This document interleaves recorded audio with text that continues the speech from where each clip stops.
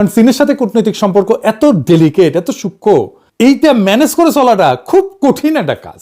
ব্যক্তিগতভাবে ধরেন সাবেক কমিউনিস্ট হিসেবে চীনের যে কোনো সাফল্যে আমি খুশি হব। চীন আরো সমৃদ্ধি লাভ করুক, আমি সেটাই চাইবো।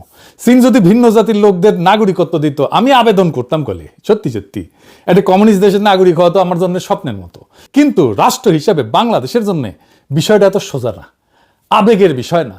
আমার জন্য যেমন আবেগের বিষয়, রাষ্ট্র বাংলাদেশের জন্য আবেগের বিষয় না। এমন ভাবে চীন বাংলাদেশের সম্পর্ককে প্রজেক্ট করা হইতেছে যেন চীন আমাদের ইন্ডিয়ার কবল থেকে রক্ষা করবে।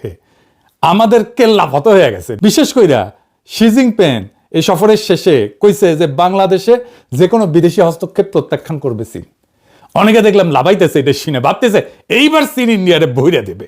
হ্যাঁ জি না ভাই, এত সুজা না সবকিছু। এই যুক্তিহীন আবেগ ভ্রান্তই না, এটা মহাবিপজ্জনক। চীন কেন কোনো শর্মাই আমাদেরকে রক্ষা করবে না, এটা মাথায় রেখেন।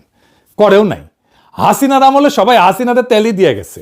ইতিহাস বুঝা, ডিপ্লোমেসির ভাষা বুঝা, আমাদের জাতীয় স্বার্থ বুঝা, তার ভিত্তিতে প্রত্যাশাকে সাজাইতে হবে। চীন কি আমাদের ইন্ডিয়ার হাত থেকে রক্ষা করার জন্য এই কথা কইছে যে বাংলাদেশে যে কোনো বিদেশি হস্তক্ষেপ প্রত্যাখ্যান করবে চীন?